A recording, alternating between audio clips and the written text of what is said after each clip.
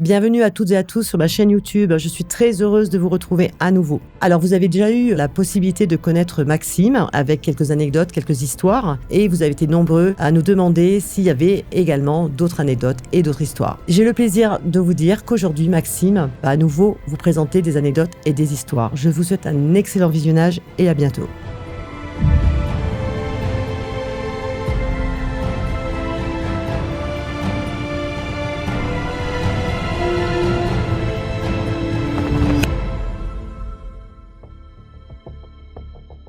Bonjour à tous et bienvenue dans cette nouvelle vidéo où j'ai fait le choix d'aborder une histoire, une anecdote, suite à une séance qui me reste encore en tête, et vous allez le voir à la fin, qui a un final plutôt surprenant, puisque moi-même, elle me reste encore en tête aujourd'hui.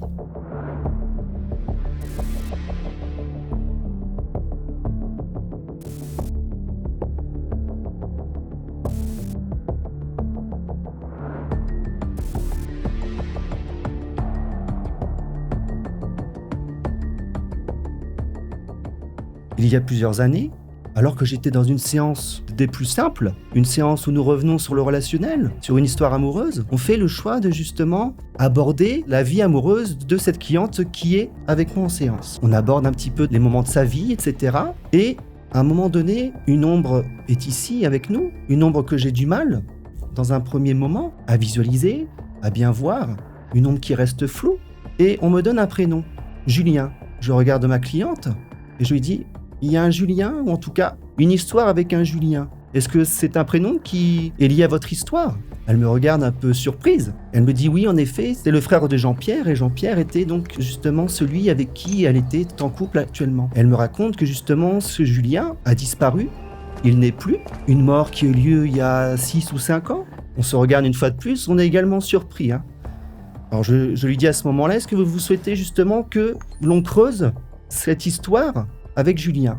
Elle me dit ok, allons-y, puisque moi-même je sens qu'il y a une histoire un peu bizarroïde avec Julien. Je dis ok, on y va. Donc je rentre un peu plus, je visualise un peu plus, et ce Julien en effet, il est présent puisqu'il a une histoire à nous raconter, une histoire plutôt violente. Julien nous montre, en tout cas nous raconte, à travers une clairaudience, à travers des murmures, qu'il y avait une exploitation du vignoble agricole, une exploitation du vignoble qu'il gérait avec sa mère, qui avait ce vignoble depuis plusieurs années, un vignoble avec un héritage, avec des traditions. Et Julien, justement, à travers cette histoire de vignoble, nous indique, et ce qui avait été su également avec les autres membres, avec les frères et sœurs, Julien nous indique que justement, il voulait faire le choix que ce vignoble soit mis en gestion, parce que lui-même était impliqué dans donc la gestion agricole, etc. Mais il voulait lui aussi vivre autre chose et ne plus être rattaché à cet héritage un peu trop lourd, une mère un peu trop présente aussi, on le verra un peu plus après.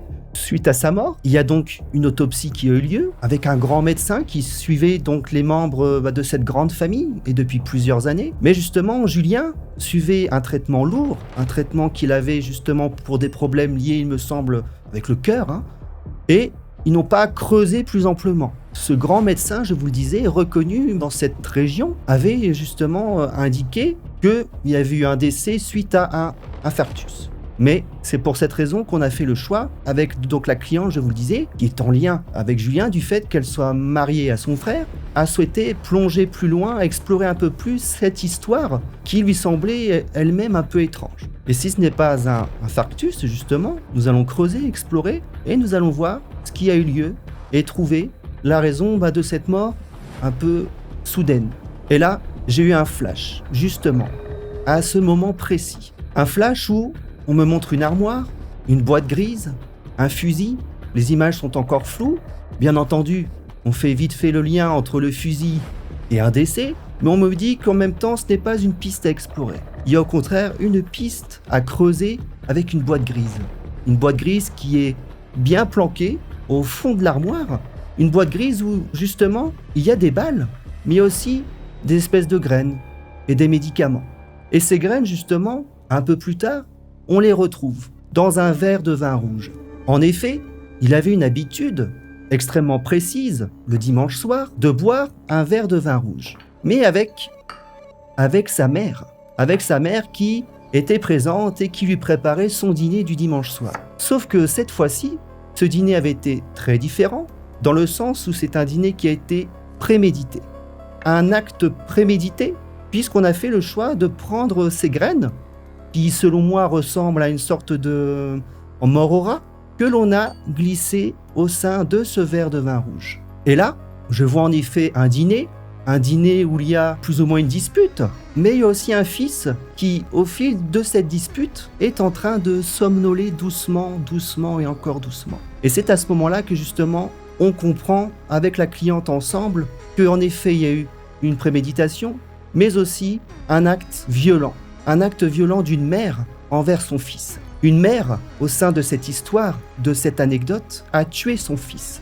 A tué son fils pour une histoire de vignoble, pour une histoire de gestion, qui a préféré prioriser son business, sa vision des choses, et la gestion de son vignoble, plutôt que de son propre fils. Et ce qu'on a ressenti à ce moment-là, avec la cliente, extrêmement puissant, dans le sens où, en effet, il y avait une histoire de doute sur cette mort soudaine, mais surtout des images qui sont violentes. Une histoire qui nous rappelle que, justement, il y a des gens avec nous, des amis, de la famille, qui sont prêts à tout pour l'argent ou le pouvoir.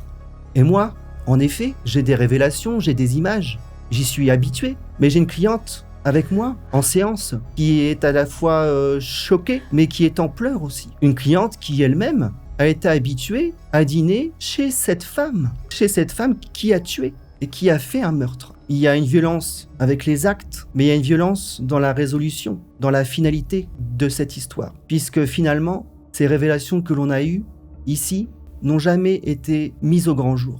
Jamais. Jamais cette mère n'a été emprisonnée. Jamais cette mère n'a été vue avec la justice. Et enfin, grâce à cette séance qui, je vous le rappelle, était liée à une histoire amoureuse, relationnelle, nous avons eu une révélation, une grande découverte. Et c'est une séance ici qui nous rappelle à quel point, en effet, il est important de venir en séance pour à la fois explorer ou son passé, ou son futur et son présent. Et ce qui explique également que j'ai fait donc le choix de vivre de ce métier qui est aucunement ou classique ou traditionnel, mais qui est une véritable mission de vie. Une mission de vie pour vous accompagner au plus près. Je vous remercie une fois de plus de votre soutien à notre équipe aussi, et je vous dis à très bientôt pour une nouvelle anecdote, une autre histoire aussi.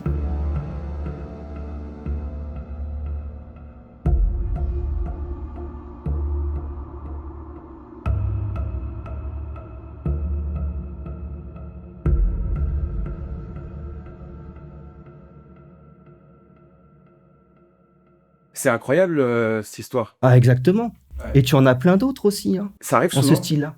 Oui. Là, on a une histoire de meurtre, on a aussi ou des attouchements, ou des choses qui sont violentes et dures. Un peu noiraudes, hein. C'est un drôle de métier quand même, hein. Tu t'es jamais dit, c'est dur, faut que j'arrête ou... Il y a des jours où tu y penses, hein, si on est honnête.